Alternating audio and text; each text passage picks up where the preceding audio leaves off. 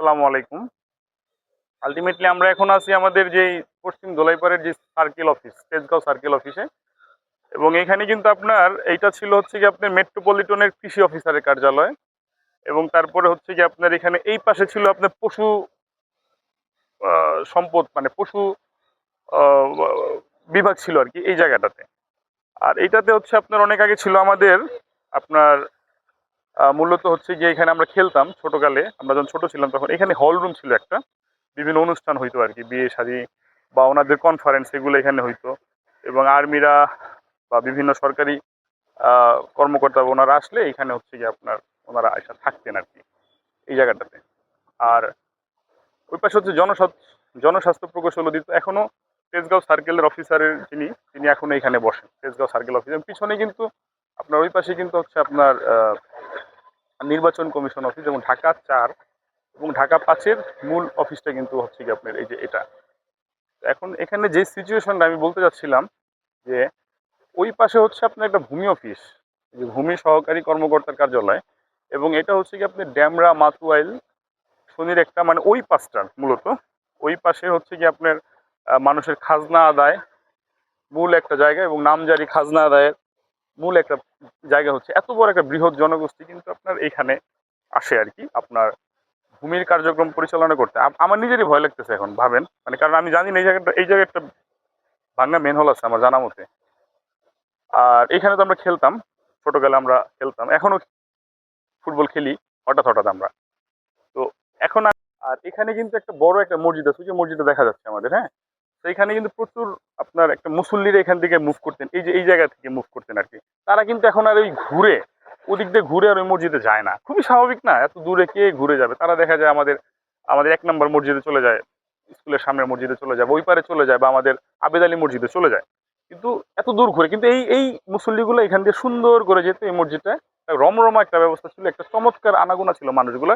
তো মসজিদটা আমি বলার উদ্দেশ্যগুলো হচ্ছে দেখেন, এই হইলো অবস্থা একটা সরকারি অফিস। এখন যদি আজকে আপনার এই যে একটা ওয়ার্কিং ডেতে মানুষ কিভাবে এই পর্যন্ত যাবে আসলে সেবা আনতে। এবং এটা কিন্তু আজকে থেকে না, এবং এটা হচ্ছে কি আপনার অনেক দিন যাবত, আমার মনে হয় 10-12 বছর বা তার চেয়ে বেশি বা 14 বছর হবে এই যে এরকম ভাবে পড়ে আছে। এবং মাদকের একটা অভয়ারণ্য এই জায়গাটা, টোটালি একটা মাদক স্পট। মাদক করার জন্য যা যা প্রয়োজনীয়তা আছে, মনে হইতেছে যে মাদকের জন্য একটা স্ট্রাকচার আমরা বানায় রাখছি, কাইন্ড অফ একটা মাদক আসো এখানে মাদক সেবন করো। এবং মাদকের জন্য খুবই চমৎকার একটা প্লেস বলতে পারেন যে আমরা এটা কি করলাম, যে নির্মাণ করলাম মাদকের জন্য একটা দারুণ একটা জায়গায় দিচ্ছে, আসো তোমরা মাদক সেবন করো। এমন একটা সিচুয়েশন এই জায়গাটা পড়ে আছে আজকে প্রায় ধরেন 1 যুগেরও বেশি সময় ধরে। এটার একটা চমৎকার ডেভেলপমেন্ট দরকার।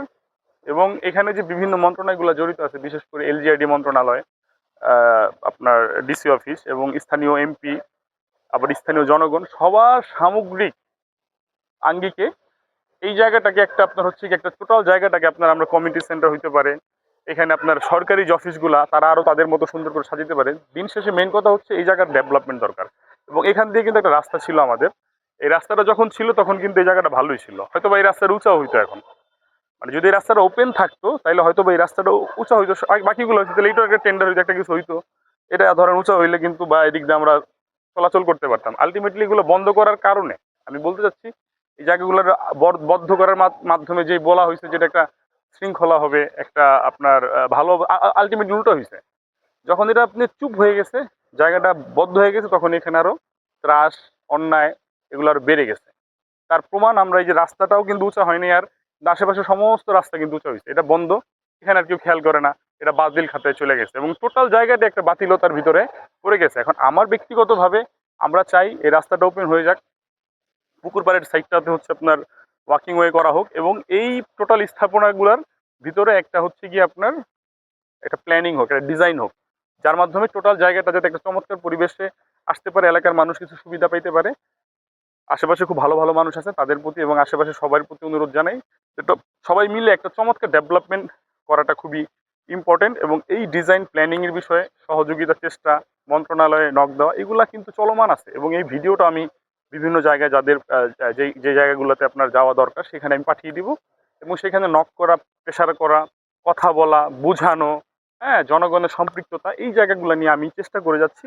আমার সামর্থ্য অত্যন্ত সীমিত, আমার কোনো ভুল ত্রুটি থাকলে বা কোনো ধরনের আরও বেটার প্ল্যান থাকলে প্লিজ আমাকে একটু বলবেন, আমি সেটাকে ইনক্লুড করার চেষ্টা করবো, আপনাকে সাথে নিয়ে কাজ করার চেষ্টা করব। কিন্তু আমরা চাই যে আসলে এই এলাকার একটা উন্নয়ন হোক, একটা ভালো একটা অবস্থায় যাক, আমরা যাতে চমৎকার একটা ব্যবস্থা পাই, আমরা যাতে খেলতে পারি, হাঁটতে পারি, চলতে পারি, সুবিধা পাই, সেই জন্য চেষ্টা অব্যাহত রয়েছে। সবাই আমাদের জন্য দোয়া করবেন। আসসালামু আলাইকুম।